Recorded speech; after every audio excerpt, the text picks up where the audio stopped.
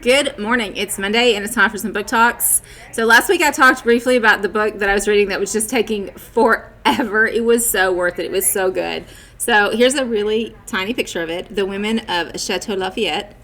It is about the French Revolution, World War I, and World War II as it pertains specifically to France and the family of Lafayette. If you're a Hamilton fan, it's really fun because they talk a lot about Lafayette. It's his wife, actually, who is the main character in her part of the book. But they talk about him going to America and how he was such a hero there, but back in France he was still not. And then there becomes a lot of trouble being associated with the family of Lafayette. It was amazing. I loved it. I love a sweeping historical fiction. That is just my jam. If you also enjoy historical fiction that spans over a period of time, this book, The Lovely War by Julie Berry, is about World War I and World War II. But what's really interesting about this book is that it is told, there's 2 love stories, 3 if you count the narrators, which are Greek gods.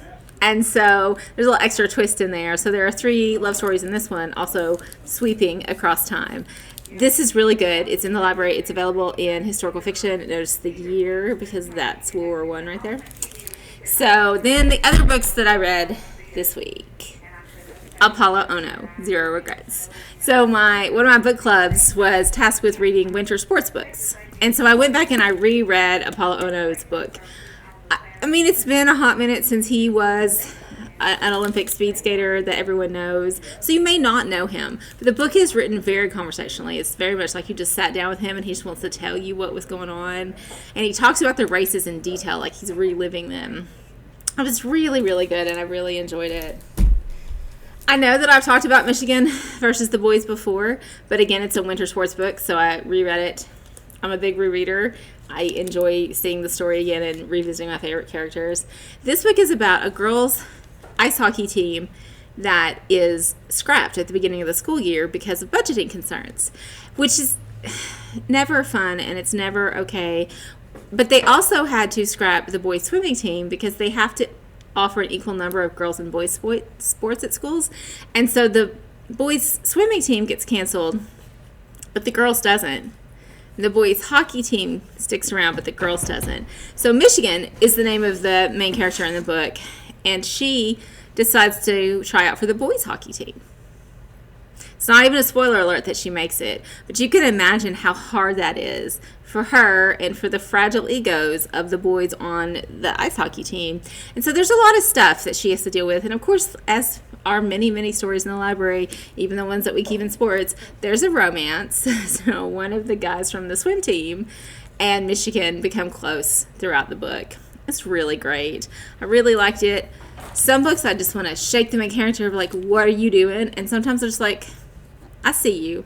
I know that this is hard and maybe you're not making the best choices because they seem impossible. Sometimes that's how I felt with Michigan. All right, 4 Days of You and Me. I know we have 1,000 books in the romance section that are days, November 9th or 7 Days of You and Me, blah, blah, 5 Days Together. I don't know why it is, but I enjoy it. So this book primarily focuses on the 4 days of spring semester field trip. They go to a school that has an endowment for cool field trips. Like the seniors go to Paris, right? Like they're not going to Six Flags in Atlanta. They did that as sophomores. But by the time your senior year rolls around, you really get to do super cool things. So every single year on their field trip, the main character and the boy, Alex, are featured. Her name is Lulu. And it's May 7th every single year. And they talk about what's happening on the field trip.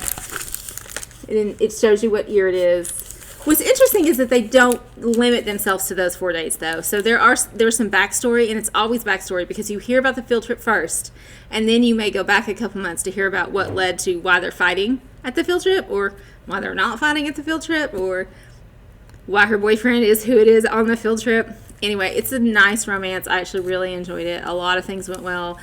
I love a romance story where miscommunication is not the main reason people are separated. because that drives me insane. So it did not do that in this one. So very, very good. All right, this I just picked up. It's not even new. I don't know why I missed it when it first came out, but it's in sci-fi.